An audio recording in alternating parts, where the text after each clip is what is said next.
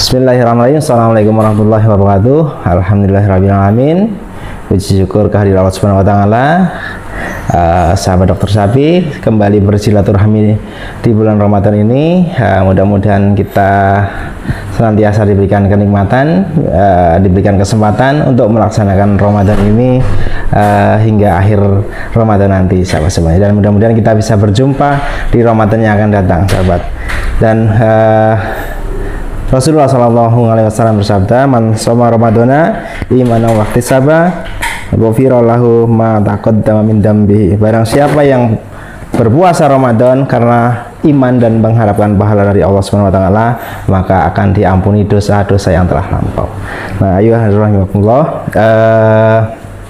pada kesempatan kali ini saya ingin mengkoreksi ataupun melakukan evaluasi beberapa hal terkait dengan LSD, sahabat semuanya. Jadi kalau dibilang topiknya adalah LSD itu sebenarnya urusan mereka, urusan kami, atau urusan kita, sahabat semuanya.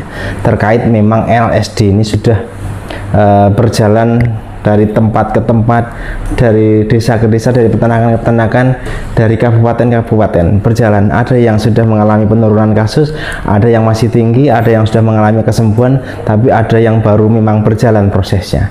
Nah, sahabat semuanya, monggo kita evaluasi satu persatu supaya di Lebaran besok peternak sudah paling tidak bisa tersenyum lah bahwa sapinya sudah sembuh, bahwa tidak ada kasus lagi, kan seperti itu yang kita harapkan, sahabat semuanya.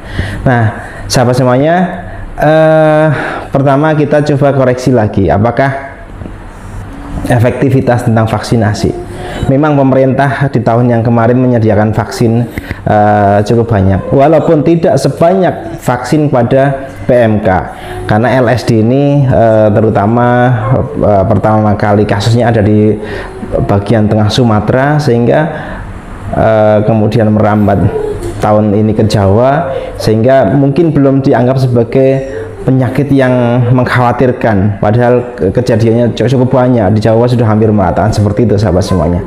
Sehingga vaksinasi tidak sebanyak yang disediakan pada seperti PMK. Nah, oleh hal itu kita sebagai peternak dalam kondisi seperti ini lebih baik peternak-peternak, kelompok ternak atau populasi yang belum sama sekali terinfeksi, jangan menunggu terinfeksi, jangan menunggu distribusi vaksin dari pemerintah, tapi kalau bisa koordinasikan dengan dinas setempat atau petugas setempat, kita melakukan vaksinasi mandiri. Nah, untungnya apa? Untungnya kalau vaksinasi mandiri pada populasi yang belum terinfeksi, yaitu kita bisa mencegah terjadinya penyakit. Nah, yang pertama. Yang kedua, mohon maaf, kalau per dosisnya hanya sekitar 50.000 seperti itu, jauh lebih aman daripada nanti harus terinfeksi dan harus memberikan penanganan, sahabat semuanya. Jadi termasuk dalam hal ini sekarang beberapa orang yang atau beberapa pemain yang biasanya menyiapkan hewan kurban sudah mulai ancang-ancang dari sekarang, persiapan dari sekarang, ya mereka harus mempersiapkan sapinya. Kalau memang ragu-ragu daripada terancam berisiko terinfeksi PMK ataupun LSD, vaksinasi mandiri seperti itu, tapi tetap dikoordinasikan dengan petugas setempat, itu jauh lebih aman. Contoh vaksinasi LSD sekitar 50.000 per dosis, tapi itu bisa memproteksi sapi-sapi kita 10 ekor hanya 500.000. Bayangkan dibandingkan dengan 1 ekor ketika terinfeksi LSD, maka penanganannya tidak hanya butuh 1 kali suntik 100.000, bisa 2 kali, bisa 3 kali, atau bisa perawatan lama dengan resiko lain-lainnya, yaitu penyusutan berat badan, penyusutan nafsu makan, kemudian produksi susu, daging, kemudian badannya menjadi performanya tidak bagus, dan lain-lainnya.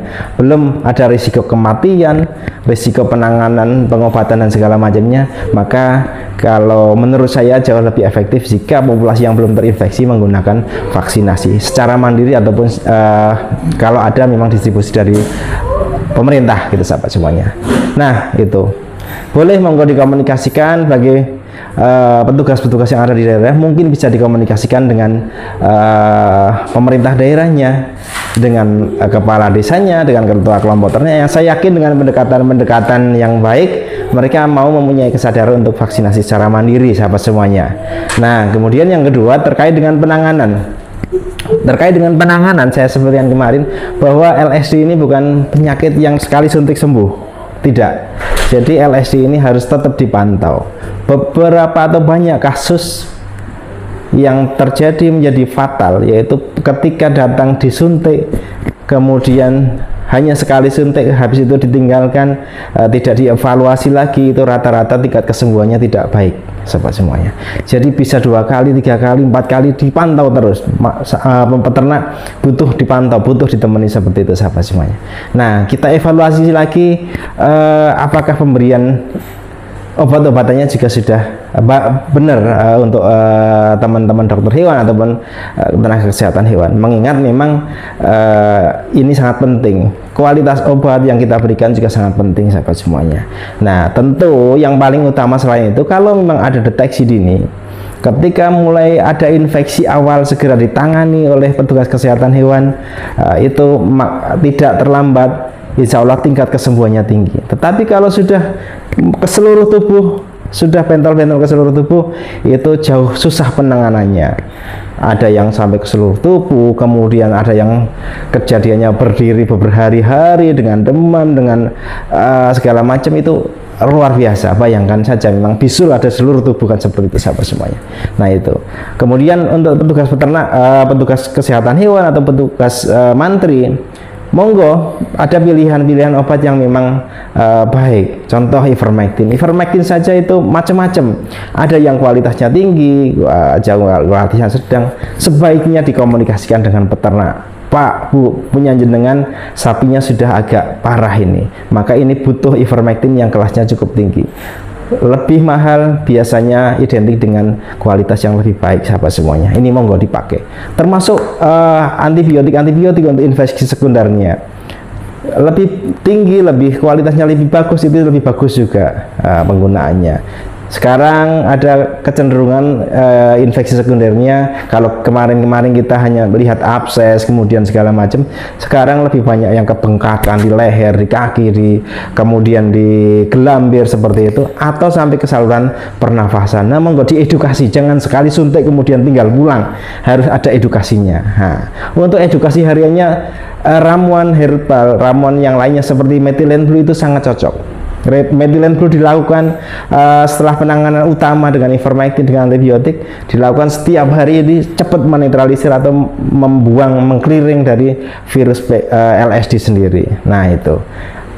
Pilih antibiotik yang baik, termasuk keradangan. Keradangan ketika memang diberikan anti radang yang biasa-biasa saja, kemungkinan tidak berhasil baik untuk kasus-kasus yang berat. Maka kasus-kasus yang berat, kalau sudah ada keradangan di kaki, sudah ada keradangan di gelambir, di leher, kemudian ada di hidung, di muka, itu butuh anti radang yang memang bagus, NSAID, seperti tolfenamic acid, ini biasanya bagus. Nah, memang mahal, tapi kita komunikasikan ke peternak, Bapak, Ibu, ini harganya mahal tapi insya Allah menolong. Enggak masalah, mungkin kalau mereka oke, kita suntikkan, menyelamatkan aset yang 10 juta, 15 juta, 20 juta, sapi sebesar itu, mungkin jauh akan mereka pilih daripada membayar dengan 100.000, 70.000 atau berapa, tetapi tingkat kesembuhannya lebih rendah, begitu, sahabat semuanya.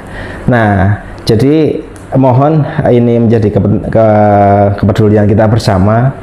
Jangan sampai bahasa yang tadi bahwa itu urusan mereka, artinya kita serahkan urusan itu ke peternak sendiri tanpa menemani peternak, atau urusan kami. Urusan kami itu artinya hanya urusan petugas kesehatan hewan, kemudian mantri, dokter, ataupun peternak saja. Ya, yang mudah-mudahan kita pilih adalah untuk urusan kita semuanya peduli ke peternak. Mereka butuh didampingi. LSD ini bukan hanya sekali datang, sekali suntik, kemudian selesai beres, tetapi harus didampingi. Berikan edukasi ke mereka, kebersihannya, kemudian pengendalian lalatnya, kemudian pemberian makannya, minumnya sebagai daya tahan tubuh yang baik, sahabat semuanya. Ini yang penting dilakukan.